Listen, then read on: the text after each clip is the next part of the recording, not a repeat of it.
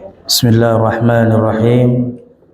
Assalamualaikum warahmatullahi wabarakatuh.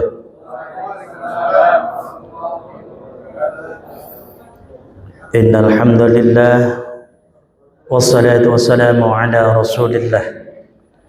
Wala haula wala quwwata illa billahil aliyyil azim. Asyhadu an la ilaha illallah wa asyhadu anna Muhammadur Rasulullah. Allahumma fasalli wa sallim wa barik ala sayyidina Muhammadin wa ala alihi wa ashabihi ajma'in, amma ba'd. Qala Allah ta'ala fi kitabihil karim, a'udzu billahi minasyaitonir rajim, bismillahirrahmanirrahim. Yarfa'illahu alladhina amanu minkum walladhina utul ilma darajat. Shadaqallahul azim. Hadratul mukarramin, para jamaah Masjid Baitur Ridwan, wabil khusus kepada Ketua DKM Masjid Baitur Ridwan Bapak Hari beserta seluruh jajarannya. Alhamdulillah pada hari ini seiring berjalannya waktu yang terus bergulir tanpa terasa, kita semua dipertemukan kembali dalam satu momen kajian ba'da zuhur, yaitu kajian keislaman, yang kebetulan jadwal saya adalah Kamis minggu ketiga setiap bulan. Salawat iringan salam senantiasa tercurah limpah kehariban Nabi besar kita Muhammad sallallahu alaihi wasallam, tercurah limpah kepada para keluarganya, kepada para sahabat-sahabatnya, dan insya Allah tentunya kepada kita umatnya hingga yaumil akhir nanti. Para jemaah yang dimuliakan Allah Subhanahu wa taala, saya sering katakan setiap taklim bahwa hidup ini simpel. Waktu itu simpel. Sepertinya baru Kamis yang lalu kita bertemu kembali hari Kamis. Sepertinya baru 3 Kamis minggu yang lalu kita dipertemukan kembali 3 Kamis kemudian.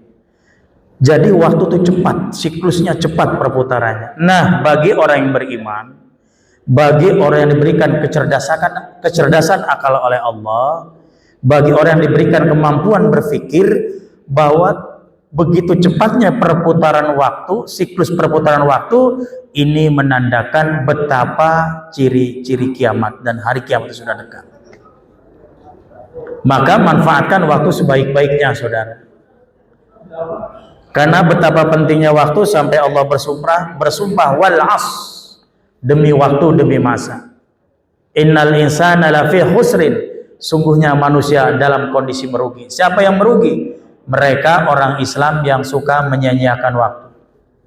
Hari ini saya menyaksikan betapa hebatnya bapak-bapak ibu-ibu, di sela-sela penatnya melepas kelelahan setelah setengah hari bekerja, kita masih bisa menyempatkan di celah-celah waktu ini untuk bertaklim, duduk bersimpu dalam rangka mendengarkan kajian-kajian keislaman yang insya Allah akan menambah referensi dan ilmu pengetahuan buat kita semua. Tidak hanya sebatas itu, duduknya Anda di sini sudah Allah jamin, Rasul jamin, malaikat catat langkah Anda, langkah kita semua menuju masjid ini, setiap langkah dihitung sebagai sebuah kebaikan oleh malaikat-malaikat Allah, dan setiap langkah digugurkan dosa kita, dan semuanya akan menjadi kebaikan untuk kita semua. Amin ya rabbal alamin. Pahala dapat, ilmu dapat, makanan dapat. Gitu, Bu. Ibu ketawa seneng banget dah. Saya sih tadi dengar-dengar sayup-sayup ada yang ultah apa milad hari ini ya, Bu, betul ya? Hah? Oh.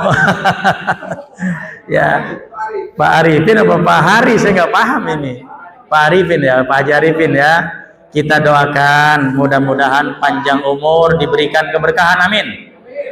Ya, tetap diberikan keberkahan rizki, keberkahan silaturahmi, keberkahan hidup bersama, keberkahan keluarga, dan keberkahan yang lain. Terima kasih Pak Haji ya. Nikmati saja Bapak Ibu makanannya sambil kita dengarkan kajian. Gak lama kok, ya paling 10-20 menit selesai lah. Ngaji nggak usah lama-lama, yang penting kita bisa dengar dan bisa laksanakan. Tema kita kajian hari ini adalah 10 dosa besar.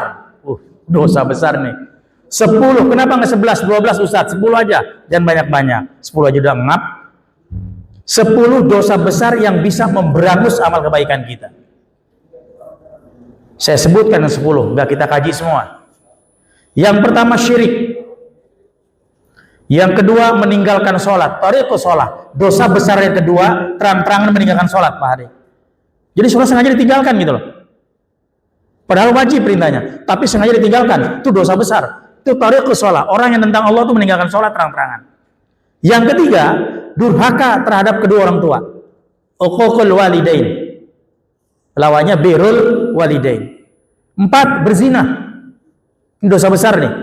5, harta yang diperoleh dengan cara yang haram, dengan cara menipu dan lain sebagainya. 6, minuman keras atau khamar. Ini dosa besar ini. Ya, Ustaz sedikit doang setetes sama. Banyak sedikit kalau sudah diharamkan ya haram. Jangan coba-coba. Ya. Ketujuh, memutus tali silaturahmi. Wah nggak boleh nih.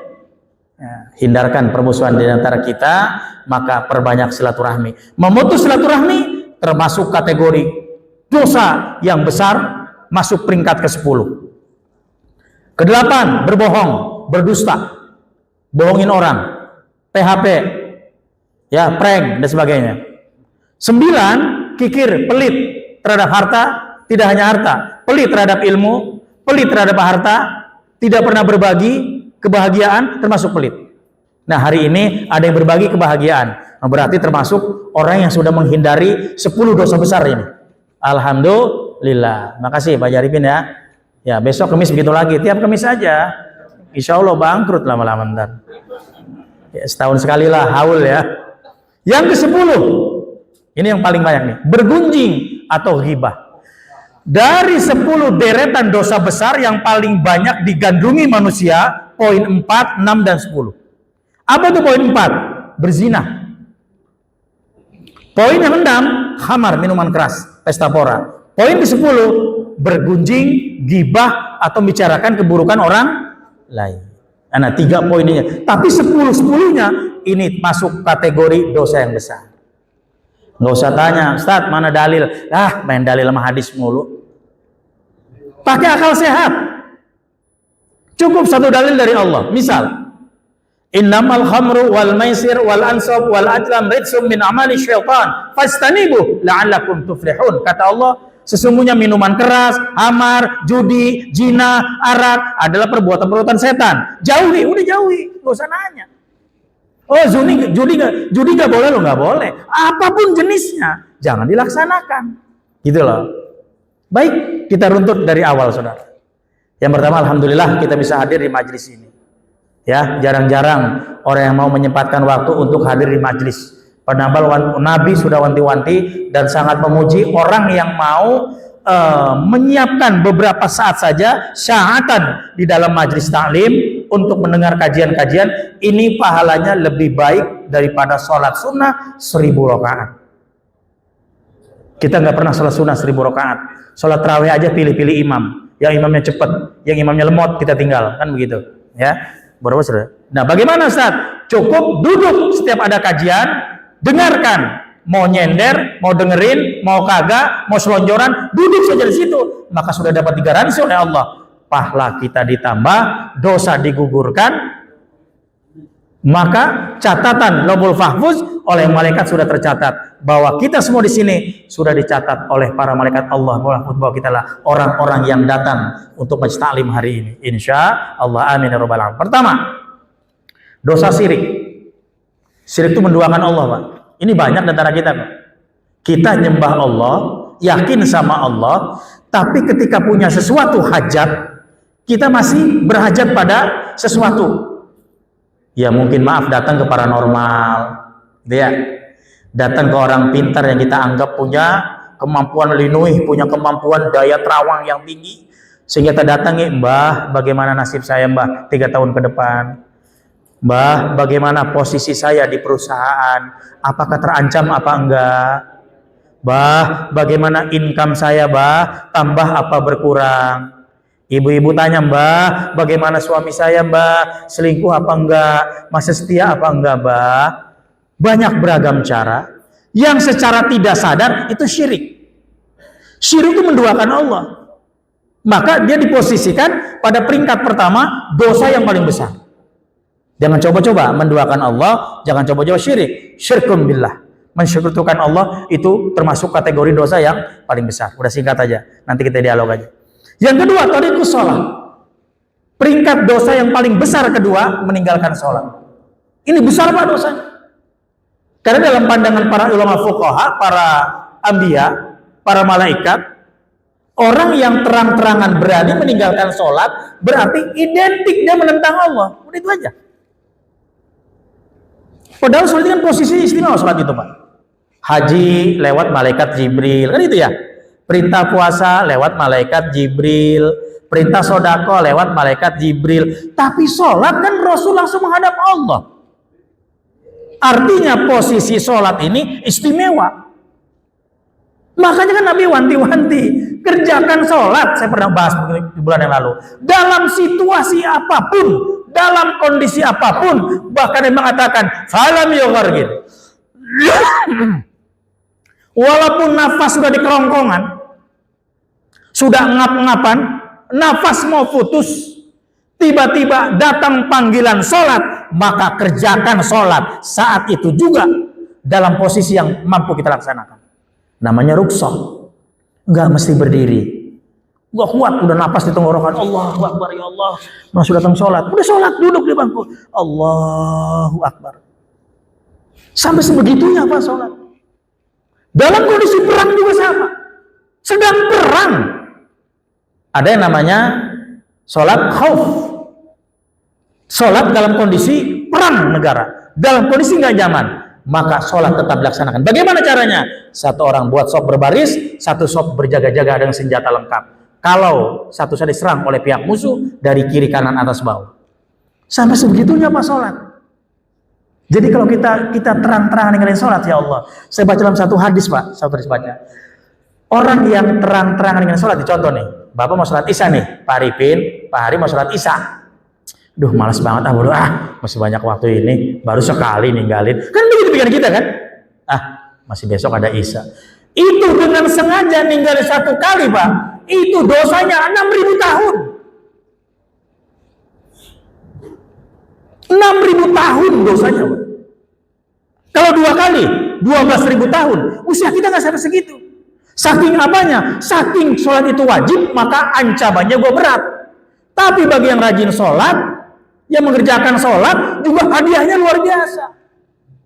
Kenapa? Karena parameter umat Islam, parameter jati diri kita, diukur dari sholat nanti di akhirat. Sholatnya bagus, bagus semua. Sholatnya rusak, ya rusak. Selesai hidup kita. Maka dalam pesan ini, setting jangan ninggalkan sholat Pak. Poin yang kedua, termasuk kategori dosa besar. Ustadz, bagaimana saudara kita sebagian ninggalin sholat, tenang-tenang saja. Ya sudah, semua udah risikonya kok, ngapain pusing? Ya kalau Bapak mampu ya tegur, ingatkan.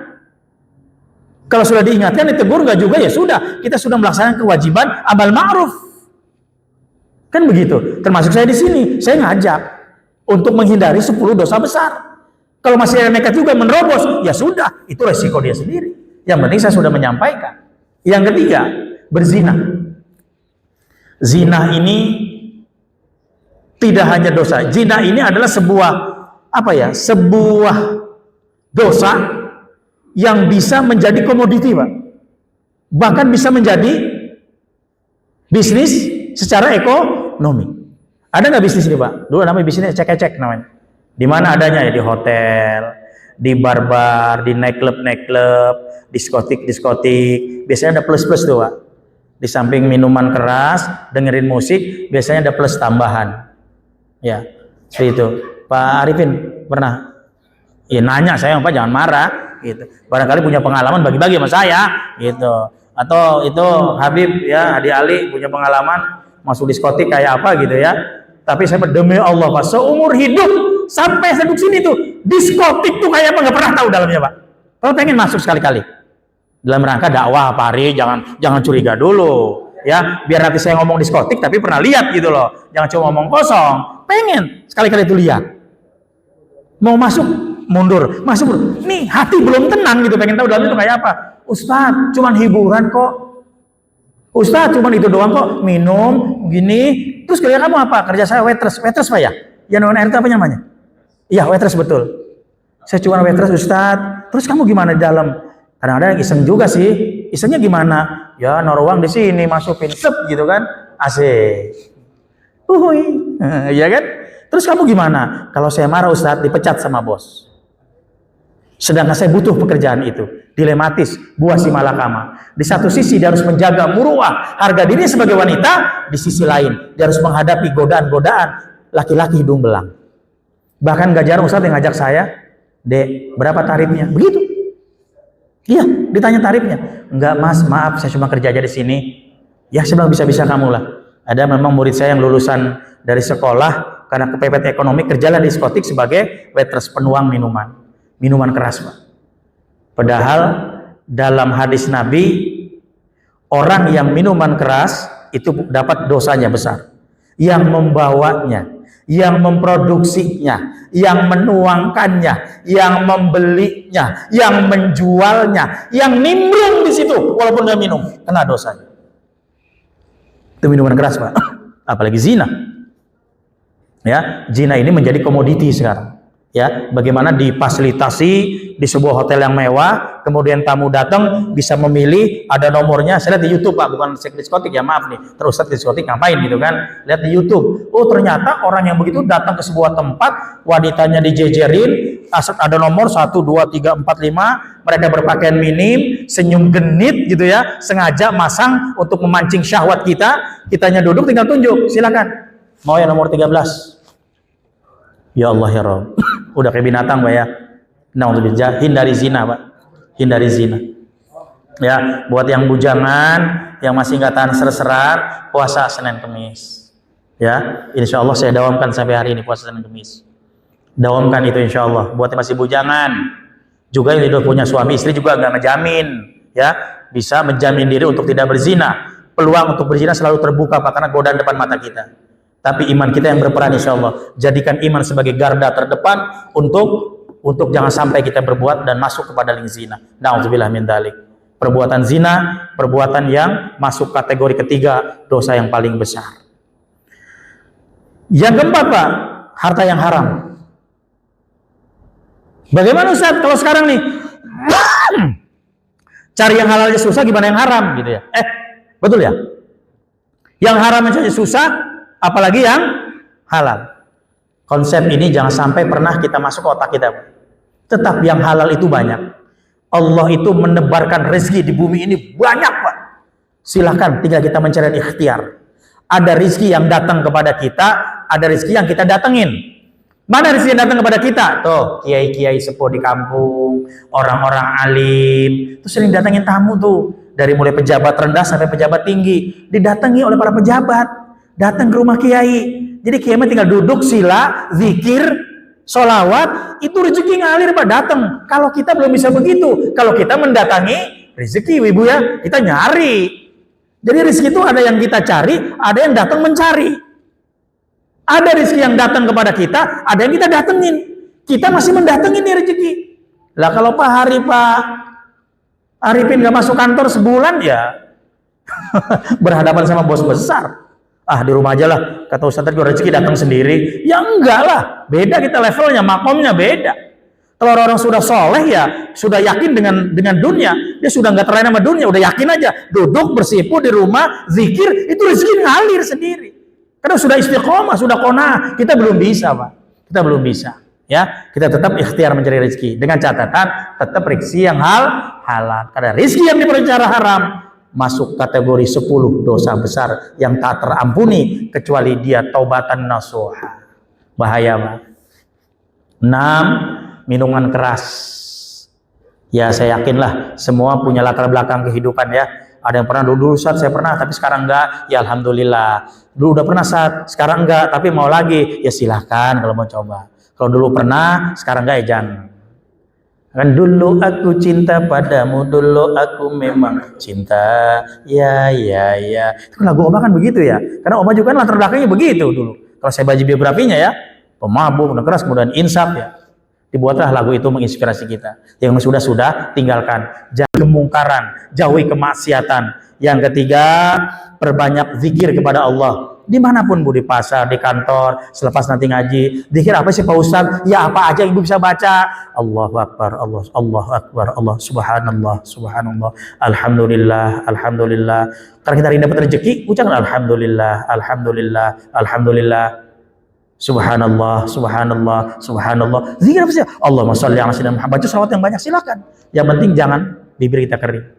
La yazalu lisanuka ratban min dzikrillahi ta'ala. Basahi bibirmu dengan berzikir kepada Allah. Kemudian yang keempat, akrab dengan Al-Quran. Baca Al-Quran sebagai kepada hidup kita, pedoman hidup. Yang kelima, kerjakan sunnah-sunnah Rasulullah. Insya Allah kita akan terhindar dari 10 dosa besar, bahkan dosa-dosa yang kecil. Kalau 10 yang besar sudah bisa menghindari, insya Allah yang kecil akan kita lewati. Baik Bapak sekalian, itu saja barangkali saya sampaikan. Ada 10 kategori dosa besar yang sangat membahayakan kita dan bisa menghanguskan amal-amal ibadah kita, bisa memporak-porandakan ibadah kita, dan bisa menghancurkan kehidupan kita di akhirat nanti. Kita akan termasuk orang-orang yang khusrin atau orang-orang yang merugi. Oleh karena itu, jangan bosan-bosan untuk thalabul ilmi, jangan bosan-bosan untuk berbagi kebaikan sama orang lain.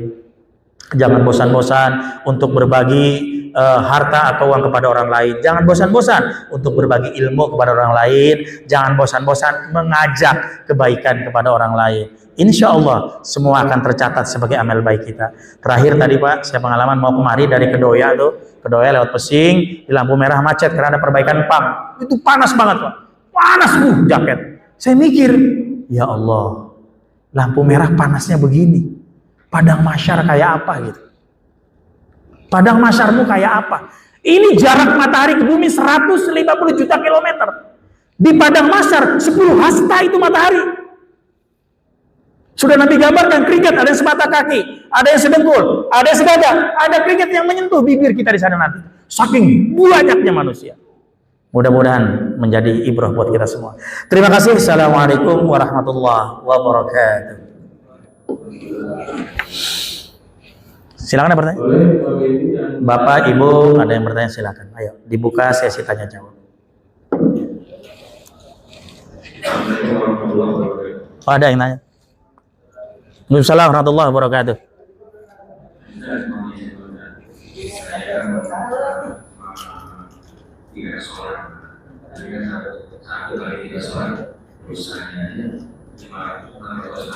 Iya, 6.000 tahun. Terus?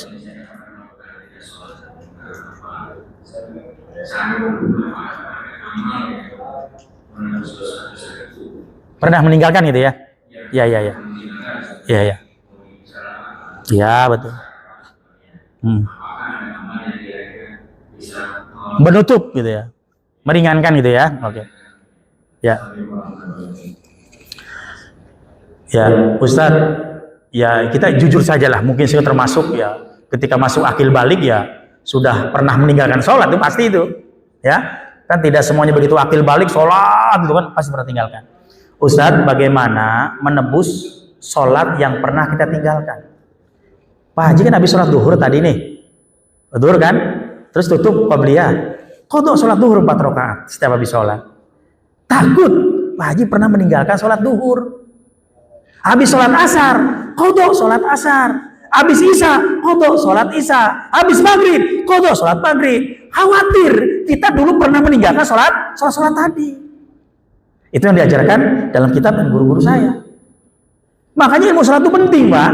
Saya pernah di rest area di Jawa itu ada ibu-ibu, dia belum sholat asar, mau masuk waktu maghrib. Ada bapak-bapak sedang wudhu, kerannya cuma 1. Itu berantem, Pak. Cepetan dong, Pak. Asar habis mau masuk maghrib, berantem. Sebentar Bu, kerannya cuma 1. Saya juga sama, lagi ngejar asar, mau masuk maghrib. Ibu gimana sih? Berantem tuh. Saya datang turun dari mobil, saya pisahin. Ada apa Ibu? Ini Pak, ini orang wudhu lama banget. Saya kan mau sholat asar, 5 menit lagi maghrib masuk nih. Sholat asar saya ketinggalan dong katanya. Rest area di Jawa Timur kalau saya. Bu, ibu belum sholat asar? Belum. Sebentar lagi maghrib. Kalau ibu nggak keburu sholat asar, sebentar lagi maghrib, sholat ibu dijamak ke maghrib. Emang bisa Pak? Ya bisa, blok. Susah banget dah. Makanya ngaji. Ibu bisa. Namanya jamak takhir. Ibu diakhirkan. Gimana caranya? Ntar ibu sholat maghrib dulu 3 rakaat. Baru nanti sholat asar 4 rakaat. Terserah ibu mau 4 apa 2. Kok begitu bisa Pak? Bisa. Kalau mau 2 namanya dikosor. Diringkas. 2 aja mau lagi perjalanan. Bisa. Namanya jamak takhir. Maaf ibu ngaji enggak? Enggak, pasti enggak suka ngaji. Oh pantesan. Jadi kalau orang punya ilmu di maghrib di jalan tol, Allahu Akbar, Allahu Akbar. Waduh maghrib, rest area. Tenang dia Pak, kenapa? Ngerti ilmunya. Ntar di jamak. Takhir di rest area berikutnya. Asar dengan maghrib. Kalau punya ilmu, kayak tadi nggak punya ilmu, kerontokan. Tadi. Terus perbanyak sedekah tadi. Perbanyak sedekah. Sedekah tuh rutin, gak usah gede-gede. Mau berangkat haji 2.000 masukin kotak. Ada anak yatim, nenek jajan, udah tinggal. Siapa kek? Ada orang kelihatan pengemis kasih, udah tinggal. Lupakan aja udah. Insya Allah bisa menutup dosa-dosa kita, terutama menutup sholat yang masih pernah kita tinggalkan. Terima kasih. Pak Hari, silakan.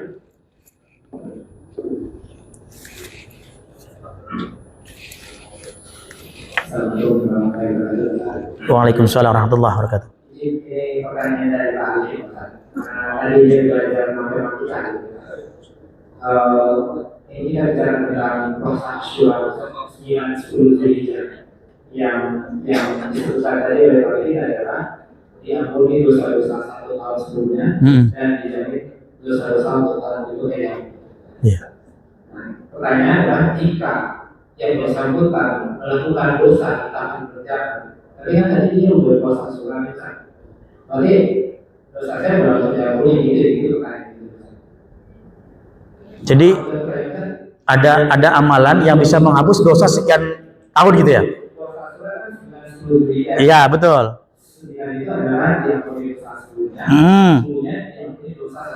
Iya betul. Yang bersangkutan melakukan dosa karena tadi ada jaminan bahwa diampuni dosa-dosa berikutnya 1 tahun berikutnya, otomatis itu akan imbas. Iya. Jadi iya. Saya paham nih, nangkep. Dosa saya sudah di DP diampuni setahun yang akan datang. Saya berjalan berbuat dosa nih, gitu kan? Diampuni apa enggak gitu kan? Itu dosa baru Pak. Wah enak banget. Barang siapa yang puasa 9-10 Zulhijjah, puasa 1 kali, maka dosanya diampuni setahun yang lalu. Setahun diampuni dosanya. Berarti dosa gua setahun ini enggak ada. Kita bikin dosa lagi sambil berjalan. Tetap yang namanya dosa masuk catatan. Enggak. Ya puasa saja. Ya.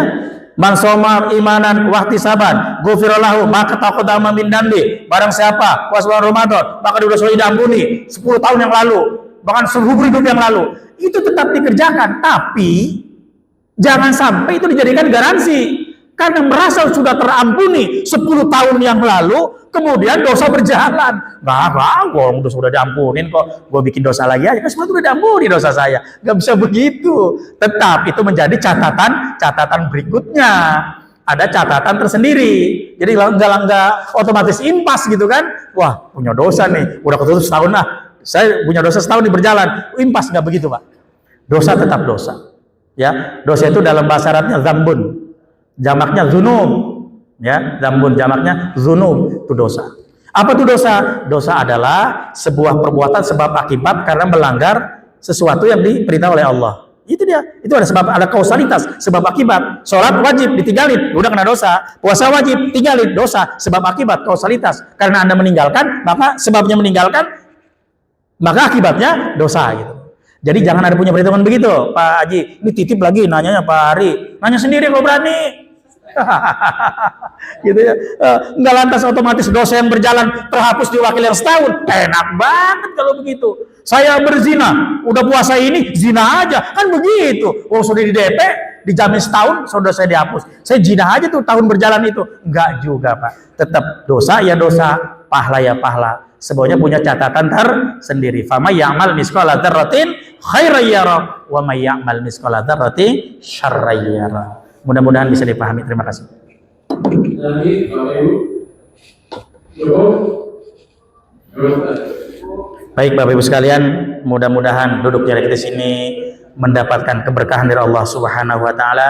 Mudah-mudahan hadirnya kita menambah pahala dari Allah Subhanahu wa taala, dan tetap kita jalan silaturahim, saling tolong menolong, saling berbagi kebahagiaan, berbagi ilmu, berbagi harta, berbagi rezeki, berbagi kebaikan dengan siapapun, dan insya Allah itu akan menjadi catatan amal kebaikan kita.